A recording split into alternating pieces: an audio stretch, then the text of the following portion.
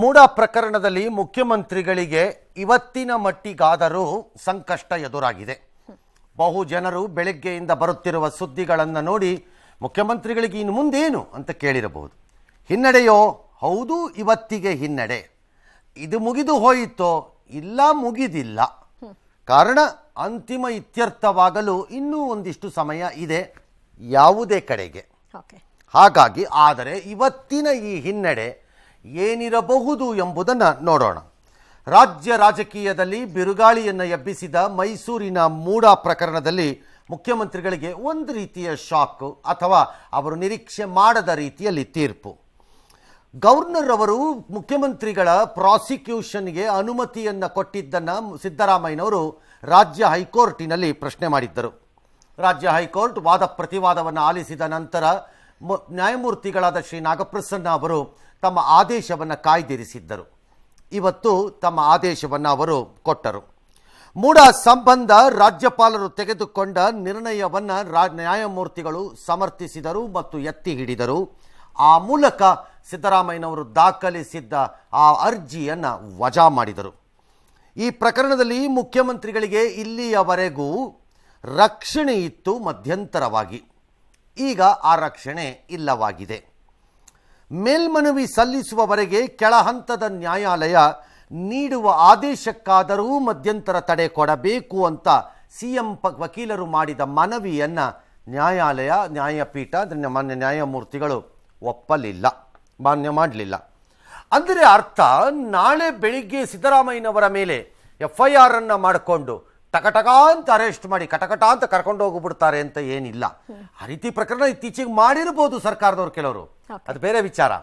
But ಈ ಪ್ರಕರಣದಲ್ಲಿ ಹಾಗೆ ಆಗಲಿಕ್ಕಿಲ್ಲ. ಅದು ಹಾಗಾಗಿ ರಕ್ಷಣೆ ಎಂದರೆ ಏನು ಗೊತ್ತಿಲ್ಲ. ಸ್ಟಿಲ್ ಇಟ್ಸ್ ಆಲ್ ರೈಟ್, ಕೊಟ್ಟಿಲ್ಲ ನ್ಯಾಯಾಲಯ.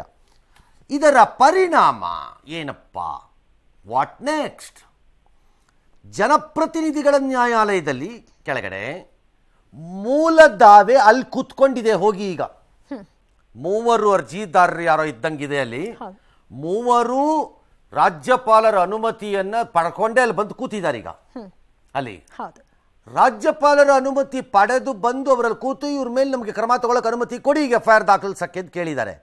ಆದರೆ ಆ ನ್ಯಾಯಮೂರ್ತಿಗಳು, ಆ ಪ್ರಕರಣದಲ್ಲಿ ಸಂತೋಷ್ ಗಜಾನನ್ ಭಟ್ ಸಾಹೇಬ್ರು ಅವರು ಇರಬೇಕು ನ್ಯಾಯಮೂರ್ತಿಗಳು, ಅವರು ತಮ್ಮ ಆರ್ಡರ್ ಕೊಡಬೇಕು ಅನ್ನೋವಾಗ ಹೈಕೋರ್ಟ್ ಮಧ್ಯಪ್ರವೇಶ ಮಾಡಿತ್ತು. ಅವ್ರದಕ್ಕೆ ತಡೆ ಕೊಟ್ಟಿದ್ರು, ಏನು ಮಾಡಬೇಡಿ ಸುಮ್ಮನಿರಿ ಅಂತ. ಈಗ ಅವ್ರ ಕೈ ಬಿಚ್ಚದಂಗಾಯ್ತು. ಹಾಗಾಗಿ ನಾಳೆ ಅವರೂ ಕೂಡ ತಮ್ಮ ತೀರ್ಪನ್ನು ಕೊಡಬಹುದು. ಯಾಕಂದ್ರೆ ಅದರದ್ದು ವಾದ ಪ್ರತಿವಾದ ಮುಗಿದೋಗಿದೆ.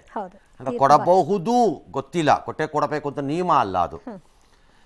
ಒಂದೊಮ್ಮೆ ನಾಳೆ ತೀರ್ಪನ್ನು ಕೊಟ್ಟರು ಯಾವುದೇ ರೂಪದಲ್ಲಿ ಅಂತ ಇಟ್ಕೊಳ್ಳೋಣ.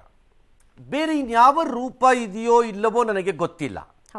ಕಾರಣ what was holding the honourable judge ಈ ಪ್ರಕರಣದಲ್ಲಿ, ಅಂದರೆ ಕೆಳ ನ್ಯಾಯಾಲಯದಲ್ಲಿ ಏನು ಹೋಲ್ಡ್ ಮಾಡ್ತಿತ್ತು ಅವರನ್ನು? ನಾನು ಮುಖ್ಯಮಂತ್ರಿಗಳ ವಿರುದ್ಧ ಕ್ರಮವನ್ನು ತೆಗೆದುಕೊಳ್ಳಿ ಎಂದು ಹೇಳ್ತೀನೋ ಬಿಡ್ತೀನೋ, ಆದರೆ ಹೇಳೋಣ ಅನ್ಕೊಳ್ಳೋದಾದರೆ ಅದಕ್ಕೆ ಪ್ರಾಸಿಕ್ಯೂಷನ್ಗೆ ಅನುಮತಿ ಬೇಡವೇ ರಾಜ್ಯಪಾಲರದ್ದು ಅಂತ ಒಂದು ಪ್ರಶ್ನೆ ಇತ್ತು ಅವ್ರ ಹತ್ರ. ಅದಕ್ಕೆ ಬಂದ್ಬಿಟ್ಟಿತ್ತು ಅವ್ರಿಗೆ ಉತ್ತರ ಈಗ. ಹಾಗಾಗಿ ಈ ಉತ್ತರ ಬಂದ ಮೇಲೆ ನ್ಯಾಯಮೂರ್ತಿಗಳು ಏನು ನಿರ್ಧಾರವನ್ನು ಕೊಡ್ತಾರೋ ನಾಳೆ ಗೊತ್ತಿಲ್ಲ. ಒಂದು ವೇಳೆ ಇವತ್ತಾದಂಗೆ ಏನಾರು ಅಪ್ಪಿತಪ್ಪಿ ಆಗಿ FIR ದಾಖಲಿಸಕ್ಕೆ ಆದೇಶ ಕೊಟ್ಟರು ಅಂತಲೇ ಇಟ್ಕೊಳ್ಳೋಣ, ಗೊತ್ತಿಲ್ಲ ಏನು ಮಾಡ್ತಾರೋ, ಅವ್ರೇನೋ ತೀರ್ಮಾನ ಕೊಡ್ತಾರೆ ನಾಳೆ ತೀರ್ಪನ್ನು. ಆಗ ಕಾನೂನಿನ ಸಂಕಷ್ಟ ಆರಂಭವಾಗುತ್ತದೆ ಮುಖ್ಯಮಂತ್ರಿಗಳಿಗೆ. ಸಂಕಷ್ಟವೆಂದರೇನು? ಆಗಲೇ ನಾನು ಹೇಳ್ದಂಗೆ ಬೆಳಗ್ಗೆ ಹೋಗಿ ಸಿಕ್ಕಿದ ಕಡೆ ಪೊಲೀಸ್ನವ್ರು CM ಕಾನ್ವಾಯ್ನ ಚೇಸ್ ಮಾಡಿ ಅರೆಸ್ಟ್ ಮಾಡ್ಕೊಂಡ್ಬಿಡ್ತಾರೆ ಅಂತನಾ? ಹಾಗಲ್ಲ. There will be an FIR ಮತ್ತು ಹೈಕೋರ್ಟಿನ ತೀರ್ಪಿನ ಪ್ರಕಾರ ಪ್ರಾಥಮಿಕ ತನಿಖೆ ನಡೆಯಕ್ಕೆ ಪ್ರಾರಂಭ ಆಗಬೇಕಾಗ, ಅನ್ಲೆಸ್ ಮುಖ್ಯಮಂತ್ರಿಗಳು ತಮ್ಮ ಮುಂದೆ ಲಭ್ಯವಿರುವ ಮಾರ್ಗಗಳಲ್ಲಿ ಅಪೀಲ್ ಅಂದರೆ ಮೇಲ್ಮನವಿಯನ್ನು ರಾಜ್ಯ ಹೈಕೋರ್ಟ್ನ ವಿಭಾಗೀಯ ಪೀಠದಲ್ಲೋ ಅಥವಾ ಸುಪ್ರೀಂ ಕೋರ್ಟ್ಗೋ ಹೋದರೆ ಅಲ್ಲಿ ಅವರು ಅರ್ಜಿಯನ್ನು ವಿಚಾರಣೆಗೆ ಮಾನ್ಯ ಮಾಡಿ ಮತ್ತೆ ಈಗ ಹೈಕೋರ್ಟ್ ಕೊಟ್ಟಿತ್ತಲ್ಲ ಕೆಳ ನ್ಯಾಯಾಲಯಕ್ಕೆ, ಅದೇ ಥರ ತಡೆಯನ್ನು ಕೊಟ್ಟರೆ ಒಂದು ವೇಳೆ ನಾಳೆ ಆದೇಶ ಬಂದ್ಬಿಡ್ತು, ಆಮೇಲೆ ಅವರು ಸುಪ್ರೀಂ ಕೋರ್ಟ್ಗೆ ಹೈಕೋರ್ಟ್ಗೆ ಹೋಗಿದ್ದಾರೆ, ಆಗಲೂ ಕೊಡ್ಬೋದು ಬೇಕಾದ್ರೆ ನ್ಯಾಯಾಲಯ ಕ್ಯಾನ್ ಗಿವ್ ಇಟ್. ಈ ಮಧ್ಯೆ ಅವರು ತೀರ್ಮಾನ ಏನು ಮಾಡ್ತಾರೋ ಗೊತ್ತಿಲ್ಲ. ಹೈಕೋರ್ಟ್ಗೆ ಅರ್ಜಿದಾರರು ಕೆವಿಯೆಟ್ನ ಹಾಕ್ಕೊಂಡಿದ್ದಾರೆ. ಏನು ಕೆವಿಯೆಟ್ ಅಂದರೆ ಇವರ ಮೇಲ್ಮನವಿಯನ್ನು ಸ್ವೀಕಾರ ಮಾಡಿಬಿಡಬಾರ್ದು ಅಂತಲ್ಲ. ಅದು ಅವರು ಅರ್ಜಿ ಹಾಕಬಹುದು ಮೇಲ್ಮನವಿಯಲ್ಲಿ, ಆದರೆ ಯಾವುದೇ ಏಕಪಕ್ಷೀಯವಾದ ಆದೇಶವನ್ನು ಮಾನ್ಯ ಘನತೆವೆತ್ತ ನ್ಯಾಯಾಲಯ ಕೊಡಬಾರದು. ನಮ್ಮ ವಾದ ಆಕ್ಷೇಪಣೆಗಳನ್ನು ಆಲಿಸಿ ನಿರ್ಧಾರ ಮಾಡಬೇಕು ಅನ್ನುವ ರಕ್ಷಣಾತ್ಮಕ ಅರ್ಜಿ ಕೆವಿಯೆಟ್ ಅನ್ನು ಸಲ್ಲಿಸಿದ್ದಾರೆ. ಈ ಎಲ್ಲ ಬೆಳವಣಿಗೆ ಮುಖ್ಯಮಂತ್ರಿಗಳಿಗೆ ರಾಜಕೀಯವಾಗಿ ಹಾಗೂ ನೈತಿಕವಾಗಿ ಭಾರೀ ಸಂಕಷ್ಟವನ್ನು ತರುತ್ತೆ ಅಂತ ಹೇಳಿದ್ದಾರೆ. ರಾಜಕೀಯವಾಗಿ ಅವರ ಪಕ್ಷ ತಂದೊಡ್ಡಬಹುದಾದ ಸಂಕಷ್ಟಗಳು, ನೈತಿಕವಾಗಿ ಅವರೇ ತೆಗೆದುಕೊಳ್ಳಬೇಕಾದ ನಿರ್ಧಾರಗಳು. ಆಲ್ ರೈಟ್, ನ್ಯಾಯಮೂರ್ತಿಗಳು ಏನು ಹೇಳಿದ್ದಾರೆ ಅಂತ ಕ್ವಿಕ್ ಆಗಿ ನೋಡ್ಬಿಡೋಣ ಫಸ್ಟ್ ಅಲ್ವಾ? ಓಕೆ, ಸಾರಾಂಶ ಇಷ್ಟು. ಸುಮಾರು 197 ಪುಟಗಳ ತಮ್ಮ ಆದೇಶವನ್ನು ಅವರು ಕೊಟ್ಟಿದ್ದಾರೆ ಮಾನ್ಯ ನ್ಯಾಯಮೂರ್ತಿಗಳು.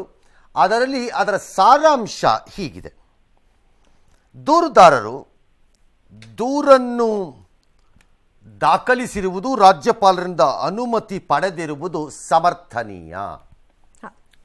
ಕ್ವಶನ್ ಏನಿತ್ತು? ಖಾಸಗಿ ವ್ಯಕ್ತಿ ಹೋಗಿ ಇದನ್ನು ಮಾಡಬಹುದೋ?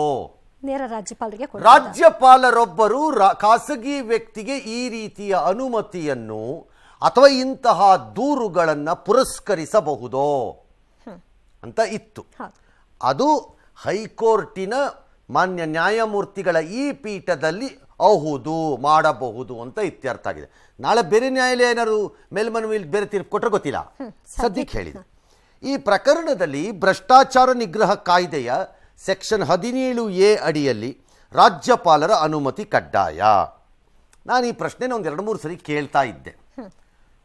ಮುಖ್ಯಮಂತ್ರಿಗಳು ಅಥವಾ ಯಾವುದೇ ಮಂತ್ರಿಯ ಮೇಲೆ ಈ ರೀತಿ ದೂರು ಬಂದಾಗ ರಾಜ್ಯ ಸರ್ಕಾರ ಕ್ರಮವನ್ನೇ ತೆಗೆದುಕೊಳ್ಳದಿದ್ದರೆ ತನಗೆ ತೋಚಿದ ರೀತಿಯಲ್ಲಿ ತನಿಖೆಯನ್ನು ಆದೇಶ ಮಾಡಿಬಿಟ್ಟರೆ ಅದೇ ಸರಿ, ಅಷ್ಟು ಸಾಕು ಎನ್ನುವ ನಿರ್ಧಾರಕ್ಕೆ ಬಂದು ಬಿಟ್ಟರೆ, ಅದನ್ನು ಪ್ರಶ್ನೆ ಮಾಡಿದ ಖಾಸಗಿ ವ್ಯಕ್ತಿ ನ್ಯಾಯಾಲಯಕ್ಕೆ ಹೋಗಿ ನೇರವಾಗಿ ದೂರು ದಾಖಲಿಸಲು ಹೋದರೆ ನ್ಯಾಯಾಲಯ ನಿನಗೆ ಪೂರ್ವಾನುಮತಿ ಇದೆಯೋ ಎಂದು ಕೇಳುತ್ತದೆ. ಇಲ್ಲ ಅಂದರೆ ನಾವು ತಗೊಳಕ್ ಬರಲ್ಲ ಅಂದರೆ ಅರ್ಥ ಅಧಿಕಾರದಲ್ಲಿರುವವರ ವಿರುದ್ಧ ತನಿಖೆಯೇ ನಡೆಯಲು ಸಾಧ್ಯವಿಲ್ಲವೋ ಅನ್ನೋ ಪ್ರಶ್ನೆ ಉದ್ಭವವಾಗಿತ್ತು ಹಿಂದೆ ನಮ್ಮ ನ್ಯೂಸ್ಗಳಲ್ಲಿ. ಇವತ್ತು ಅದಕ್ಕೆ ಬಂದಿದೆ, ಹೌದು ಅದು ಕಡ್ಡಾಯ, ರಾಜ್ಯಪಾಲರಿಂದ ತಗೊಳ್ಬೇಕು. ಸೆಕ್ಷನ್ 17A ಪ್ರಕಾರ ಪೊಲೀಸ್ ಅಧಿಕಾರಿ ಅನುಮತಿ ಪಡೆಯಬೇಕೆಂಬ ನಿಯಮವಿಲ್ಲ ಖಾಸಗಿ ದೂರಕ್ಕೆ. That was the foundation of the argument of the chief ministers advocates. ಅಂದರೆ ನ್ಯಾಯಮೂರ್ತಿಗಳ ವಕೀಲರು ಅದನ್ನೇ ಬುಡ ಮಾಡ್ಕೊಂಡಿದ್ರು. ಮುಖ್ಯಮಂತ್ರಿಗಳ ವಕೀಲರು ಏನು, ಪೊಲೀಸ್ ಅಧಿಕಾರಿಗೆ ಆ ರೀತಿಯ ಹಕ್ಕಿದೆ ಕೇಳಕ್ಕೆ ಹೋಗಿ, ಖಾಸಗಿ ವ್ಯಕ್ತಿಗೆ ಇಲ್ಲ ಅಂತಿತ್ತು. ನ್ಯಾಯಮೂರ್ತಿಗಳು ಹೇಳಿದ್ದಾರೆ ಇದೆ ಅಂತ ಹೇಳಿದ್ದಾರೆ. ಹಾಗಿದ್ದರೆ ಇದು ಓಪನ್ ಸೆಸಮೆ, ಬಾಗಿಲು ತೆಗೆಯೇ ಸೆಸಮ್ಮ ಅಂತೆಲ್ಲ ಓಪನ್ ಆಗೋಯ್ತೀಗ. ಈ ರಾಜ್ಯದಲ್ಲಿರುವ 7 ಕೋಟಿ ಜನ ಎಲ್ಲ ಕ್ಯೂ ನಿಂತ್ಕೊಂಡು ದೂರು ಕೊಡ್ತಾ ಇರ್ತಾರೆ ಇನ್ಮೇಲೆ ರಾಜ್ಯಪಾಲರಿಗೆ. ಅದೇ ಕೆಲಸ ತಗೊಂಡು ಅನುಮತಿ ಬರಿತಾ ಇರ್ತಾರೆ ಕೂತ್ಕೊಂಡು ಅಂತಾನು. ಹಾಗೆ ಸುಮ್ಮನೆ ತಾಂತ್ರಿಕವಾಗಿ ಹೇಳಿದ್ರೆ ಹಂಗೆ ಹೇಳ್ಬೋದಷ್ಟೇ, ಹಾಗೆ ಆಗಬೇಕಾಗಿಲ್ಲ. ಬಂದ ದೂರುಗಳಿಗೆಲ್ಲ ಅನುಮತಿ ಕೊಡಲೇಬೇಕು ರಾಜ್ಯಪಾಲರು ಅಂತಾನೂ ಇಲ್ಲ. ಸಾಮಾನ್ಯ ಸಂದರ್ಭಗಳಲ್ಲಿ ಸಂಪುಟ ಸಭೆಯ ಸಲಹೆ ಶಿಫಾರಸನ್ನು ರಾಜ್ಯಪಾಲರು ಪರಿಗಣಿಸಬೇಕು. This was A known fact. ಆದರೆ ಕೆಲವೊಂದು ಪ್ರಕರಣಗಳಲ್ಲಿ ಸ್ವತಂತ್ರ ನಿರ್ಧಾರ ಕೈಗೊಳ್ಳಬೇಕು. ಇದು ಅಂಥದ್ದೇ ಒಂದು ಪ್ರಕರಣ. ರಾಜ್ಯಪಾಲರು ಸ್ವತಂತ್ರ ಮತ್ತು ವಿವೇಚನಾಧಿಕಾರವನ್ನು ಬಳಸಿದ್ದಾರೆ, ಇದರಲ್ಲಿ ದೋಷ ಇಲ್ಲ ಅಂತ ಹೇಳ್ತಾರೆ. ಈ ಪ್ರಶ್ನೆ ಉದ್ಭವ ಆಗಿತ್ತು. ನಮ್ಮ ಸಂವಿಧಾನದಲ್ಲಿ ಏನಿದೆ, ರಾಷ್ಟ್ರಪತಿಗಳ ಪ್ರತಿನಿಧಿಯಾಗಿ ರಾಜ್ಯಪಾಲರು ಆಯಾ ರಾಜ್ಯಗಳಲ್ಲಿ ಸ್ಥಾಪಿತವಾಗುತ್ತಾರೆ. ರಾಷ್ಟ್ರಪತಿಗಳ ಪ್ರತಿನಿಧಿಯಾಗಿ, ಸಂವಿಧಾನದ ಉಸ್ತುವಾರಿಯಾಗಿ, as a custodian of the constitution is president. Custodian ಯಾರು? ರಾಷ್ಟ್ರಪತಿಗಳು. ಅವರ ಪ್ರತಿನಿಧಿಯಾಗಿ ಇಲ್ಲಿರ್ತಾರೆ. ಓಕೆ, ಹಾಗಾದ್ರೆ ಅದರಲ್ಲಿ ಏನಿದೆ? ರಾಜ್ಯಪಾಲರು ಸಂಪುಟದ ಶಿಫಾರಸ್ಸುಗಳ ಮೇಲೆ ಕೆಲಸವನ್ನು ಮಾಡುವುದು. ಅಂದರೆ ಅರ್ಥ, ಈ ಸಂಪುಟ ಏನೇ ಹೇಳಿದರೂ ಅದು ಎಷ್ಟೇ ಸಂವಿಧಾನಕ್ಕೆ ವಿರೋಧವಾಗಿ ಇದ್ದರೂ ಮಾಡಬೇಕು ಅಂತಿಲ್ಲ. ಅಲ್ಲಿ ಪರಿಗಣಿಸಬೇಕು ಅಂತಿಲ್ಲ. ಸಂವಿಧಾನದ ಒಳಗೆ ಅಲ್ಲಿ ವಿವೇಚನೆಗಳಿಗೆ ಅವರಿಗೆ ಈಗ ಸಂವಿಧಾನದ ವಿರೋಧಿಯಾಗಿ ಏನಾದ್ರು ಬಂದುಬಿಟ್ರೆ ತಗೋಬಹುದು ಅಂತ ಹಿಂದೆ ಕೆಲವು ಜಡ್ಜ್ಮೆಂಟ್ಗಳು ಇತ್ತು ಅನ್ನೋದಿತ್ತು. ಇವತ್ತು ನ್ಯಾಯಮೂರ್ತಿಗಳು ಅದನ್ನೇ ಹೇಳಿದ್ದಾರೆ. ವಿಶೇಷ ಸಂದರ್ಭಗಳಲ್ಲಿ ಎಲ್ಲವನ್ನು ಈಗ ಫಾರ್ ಎಕ್ಸಾಂಪಲ್ ಉದಾಹರಣೆಗೆ ಸುಮ್ಮನೆ ಉದಾಹರಣೆಗೆ ಇಟ್ಕೊಳ್ಳೋಣ, ನಿಜವಾಗಲ್ಲ, ಉದಾಹರಣೆಗೆ ಊಹಾತ್ಮಕವಾಗಿ ಅಂತ ಇಟ್ಕೊಳ್ಳೋಣ. ಒಬ್ಬ ಮುಖ್ಯಮಂತ್ರಿಗೆ ಶಾಸಕ ಬಲ ಬಿದ್ದೋಗ್ಬಿಡತ್ತೆ ಅಂತ ಇಟ್ಕೊಳ್ಳೋಣ. ಈಗ ನಮ್ಮ ಕರ್ನಾಟಕ ರಾಜ್ಯದಲ್ಲಿ 113 ಬೇಕು ಒಬ್ಬರು ಮುಖ್ಯಮಂತ್ರಿಯಾಗಿರಲಿಕ್ಕೆ. ಬಿದ್ದೋಯ್ತು 108ಕೋ 106ಕೋ ಬಿದ್ದೋಯ್ತು ಅಂತ ಇಟ್ಕೊಳ್ಳೋಣ. ಟಕ್ಕಂತ 106 ಜನ ಹೋಗ್ಬಿಟ್ಟು 106 ಜನದ ಪಾರ್ಟಿ ಇದೆಯಲ್ಲ, ಅವ್ರದ್ದು ಕ್ಯಾಬಿನೆಟ್ ಸರ್ಕಾರ ಇರುತ್ತಲ್ಲ, ಕ್ಯಾಬಿನೆಟ್ ಒಂದು ಮಾಡಿಬಿಟ್ಟು ಒಂದು ರೆಸೊಲ್ಯೂಷನ್ ಮಾಡಿಬಿಟ್ಟು ಇದು ಬಿದ್ದಿರಬಹುದು, ಆದರೂ ನಮ್ಮ ಹತ್ರ ಮುಂದೆ ನಂಬರ್ ಸಿಕ್ಕತ್ತೆ, ಹಾಗಾಗಿ ನಮ್ಮ ಮೇಲೆ ಯಾವುದೇ ಕ್ರಮ ತಗೊಳ್ಳಂಗಿಲ್ಲ ಅಂತ ರಾಜ್ಯಪಾಲರಿಗೊಂದು ನಿರ್ಣಯ ಕಳಿಸ್ಬಿಟ್ರೆ ಅದು ಆಗಲ್ಲ. ಅದು ಶಿಫಾರಸ್ಸಾಗಿದ್ರೂ ಆ ಶಿಫಾರಸ್ಸು ಮಾನ್ಯವಾಗುವುದಿಲ್ಲ. ಹಾಗಾಗಿ ವಿಶೇಷ ಸಂದರ್ಭಗಳಲ್ಲಿ ರಾಜ್ಯಪಾಲರಿಗೆ ಅಧಿಕಾರ ಇದೆ, ಅದನ್ನು ಅವರು ಚಲಾಯಿಸಿದ್ದಾರೆ ಅಂತ ನ್ಯಾಯಮೂರ್ತಿಗಳು ಹೇಳಿದ್ದಾರೆ. ನಾನು ಕೊಟ್ಟಿರೋ ಉದಾಹರಣೆ ಅಲ್ಲ ಅವ್ರು ಹೇಳಿರೋದು, ಅದು ನಾನು ಹೇಳಿದ್ದು. ಸೆಕ್ಷನ್ 17A ಅಡಿ ಪ್ರಾಸಿಕ್ಯೂಷನ್ಗೆ ಅನುಮತಿ ನೀಡುವ ಮುನ್ನ ವಿವರಣೆಗೆ ಅವಕಾಶ ನೀಡುವುದು ಕಡ್ಡಾಯವಲ್ಲ. ಯಾಕೆ? ಸಹಜ ನ್ಯಾಯ ಪ್ರಕ್ರಿಯೆ ಆಗಿಲ್ಲ ಅಂತ ನಿನ್ನೆ ವಾದ ಬಂದಾಗ ನಾನು ಹೇಳ್ತಿದ್ದೆ. ಸಹಜ ನ್ಯಾಯ ಪ್ರಕ್ರಿಯೆ ಅಂದರೆ ಏನು? ನಾನು ಇವ್ರ ಮೇಲೆ ಆರೋಪ ಮಾಡಿದಾಗ ಅವರಿಗೆ ಆರೋಪಕ್ಕೆ ಏನಾದ್ರು ಒಂದು ಉತ್ತರ ಇದ್ದರೆ ಕೊಡಲಿಕ್ಕೆ ಜಾಗ ಕೊಡುವುದು ಅಂತ ಇದೆ. ಅದನ್ನು ಕೊಟ್ಟಿಲ್ಲ. ಅದು ನಾನು ನಿನ್ನೆ ಹೇಳಿದೆ, ಇಲ್ಲ ಕೊಟ್ಟಿದ್ದಾರೆ, ಅವರು ನೋಟಿಸ್ ಕೊಟ್ಟು ಒಂದು ರಿಪ್ಲೈ ತಗೊಂಡಿದ್ದಾರೆ ಅದಕ್ಕೆ ಅಂತ. ಬಟ್ ನ್ಯಾಯಮೂರ್ತಿಗಳು ಹೇಳ್ತಾರೆ, ಈ ಸೆಕ್ಷನ್ 17A ಅಡಿ ಪ್ರಾಸಿಕ್ಯೂಷನ್ಗೆ ಅನುಮತಿ ಕೊಡುವಾಗ ಪಡ್ಕೊಳ್ಳೇಬೇಕು ಅಂತ ಏನಿಲ್ಲ ಅಂತ ಹೇಳಿದ್ದಾರೆ. ಹೇಗೆ? ಉದಾಹರಣೆಗೆ ರಸ್ತೆಯಲ್ಲಿ ಯಾರೋ ಒಬ್ಬರು ಪೊಲೀಸ್ನವರು ಯಾರೋ ಒಬ್ಬರು ಸಾರ್ವಜನಿಕರ ಮೇಲೆ ಉಗ್ರವಾಗಿ ವರ್ತಿಸಿ ಹಲ್ಲೆಯನ್ನು ಮಾಡ್ತಾರೆ. ಅದು ರೆಕಾರ್ಡ್ ಆಗುತ್ತೆ, ಜನ ಎಲ್ಲ ನೋಡ್ಬಿಡ್ತಾರೆ, ದೂರು ಕಮಿಷನರ್ ಹತ್ರಕ್ಕೆ ಬರುತ್ತೆ. ಕಮಿಷನರ್ ಆಗ ಅವ್ರನ್ನ ಸಸ್ಪೆಂಡ್ ಮಾಡಬೇಕು. ಆಗ ಅವ್ರಿಗೆ ನೋಟಿಸ್ ಕೊಟ್ಬಿಟ್ಟು ನೀನು ಹೀಗೆಲ್ಲ ಮಾಡಿದ್ಯಪ್ಪ, ಇದ್ರದ್ದೆಲ್ಲ ಏನಾದ್ರು ಉತ್ತರ ಕೊಡ್ತೀಯೇನಪ್ಪ ಅಂತೆಲ್ಲ ಕೇಳಿ ಮಾಡಬೇಕು ಅಂತಿಲ್ಲ. ಸಸ್ಪೆಂಡ್ ಮಾಡ್ತಾರೆ, ಆಮೇಲೆ ಉತ್ತರ ಕೊಡಾಕತ್ತಾರೆ ಅದಕ್ಕೆ ಎನ್ಕ್ವೈರಿ.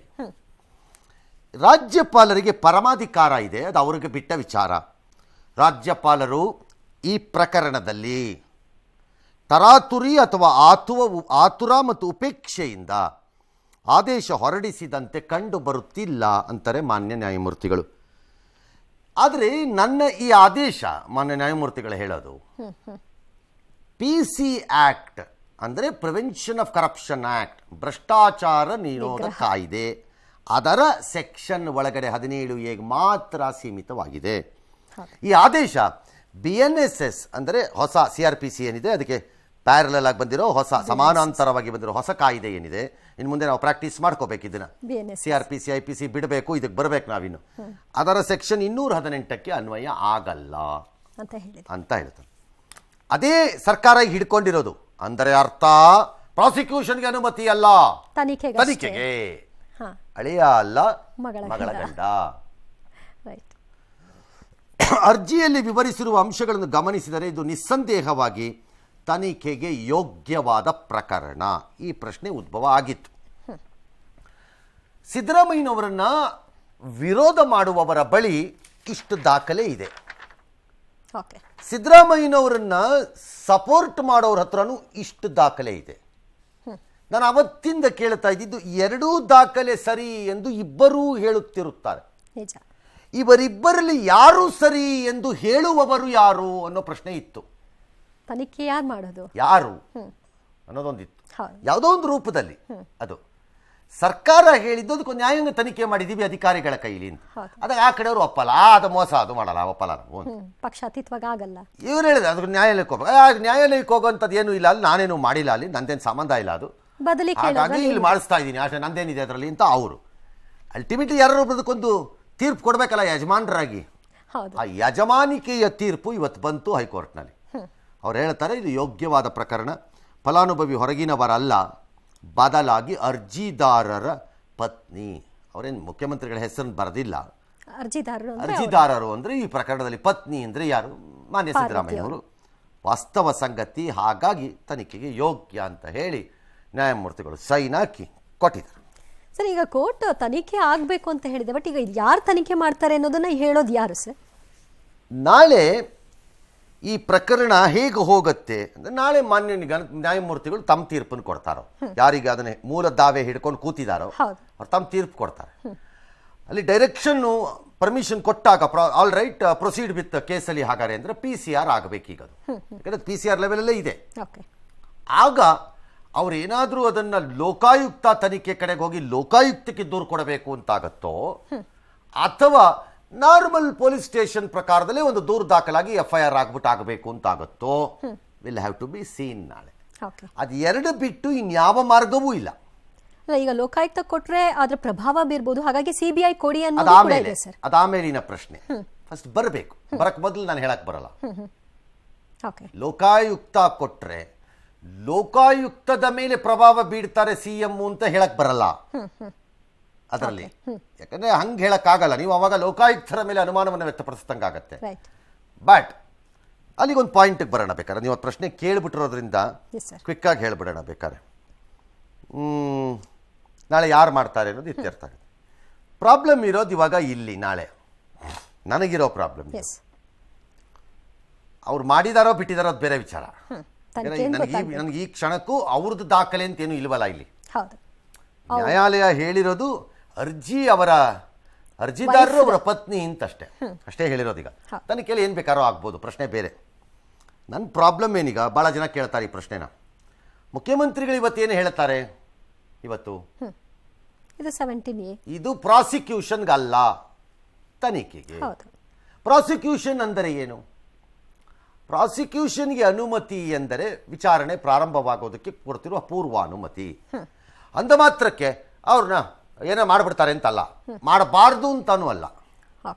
ಆದರೆ ಈ ವಿಚಾರಣೆಗಂತೂ ಕರೀಲೇಬೇಕಲ್ಲ. ತನಿಖೆ ಪ್ರಾರಂಭ ಆದರೆ ಪ್ರಾಥಮಿಕ ತನಿಖೆ ಸ್ಟೇಟ್ಮೆಂಟ್ ರೆಕಾರ್ಡ್ ಆಗಬೇಕಲ್ಲ, ಆಗ ಟ್ರಬಲ್ ವಿಲ್ ಸ್ಟಾರ್ಟ್ ಅಂತ ನನ್ನ ವಾದ. ಲೋಕಾಯುಕ್ತಕ್ಕೆ ಹೋದರೆ ಪೊಲೀಸಿನವರು ಯಾರು ತನಿಖೆ ಮಾಡೋರು?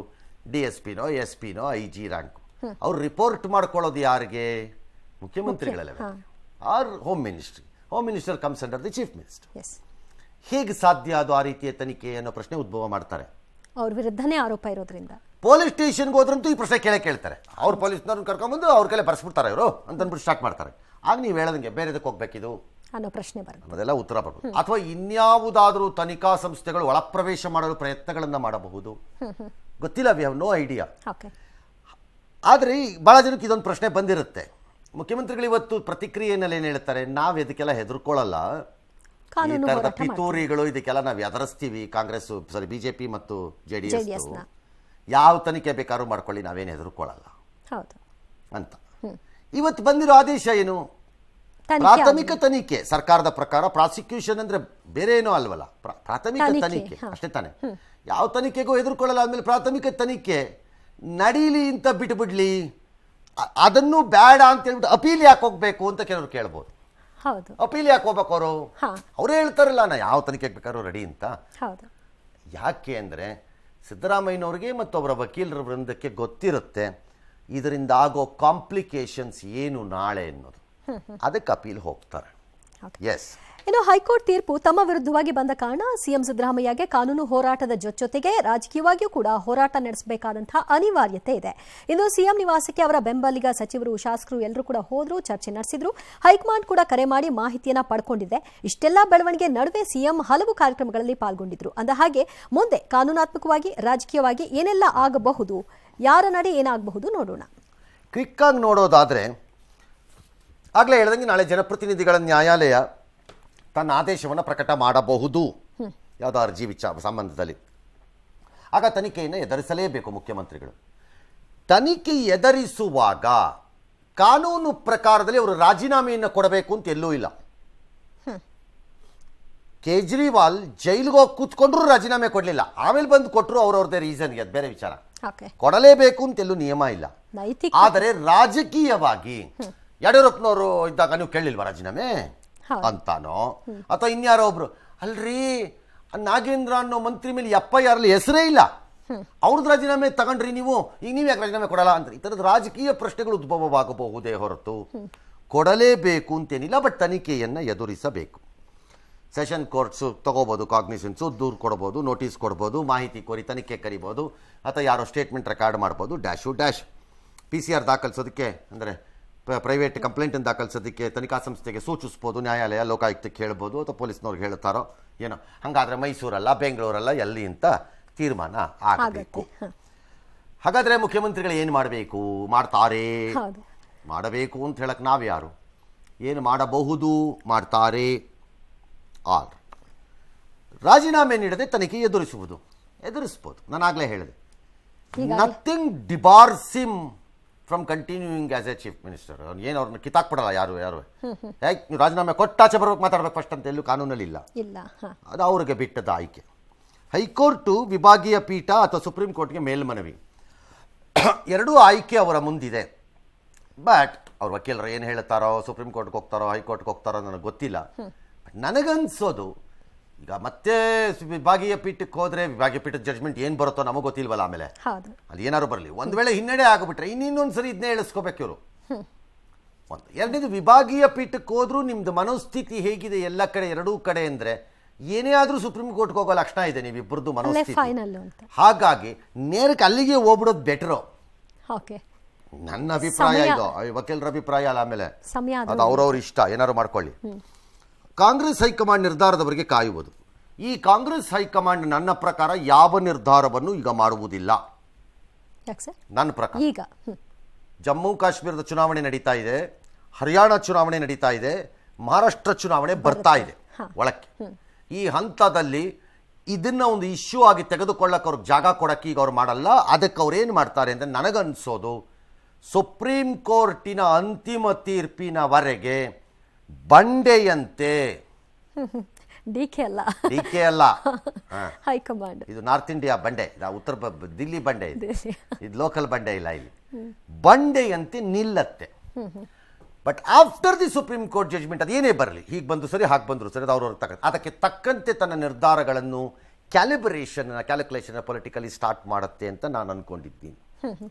ಅಲ್ಲಿವರೆಗೂ ಅವ್ರು ತಲೆ ಹಾಕ್ಲಿಕ್ಕಿಲ್ಲ ಅಂತ ಅನ್ಸತ್ತೆ. ಸಿದ್ದರಾಮಯ್ಯನನ್ನು ವಿಶ್ವಾಸಕ್ಕೆ ತೆಗೆದುಕೊಂಡು ಮುಂದುವರಿಯಲೇಬೇಕು ಕಾಂಗ್ರೆಸ್.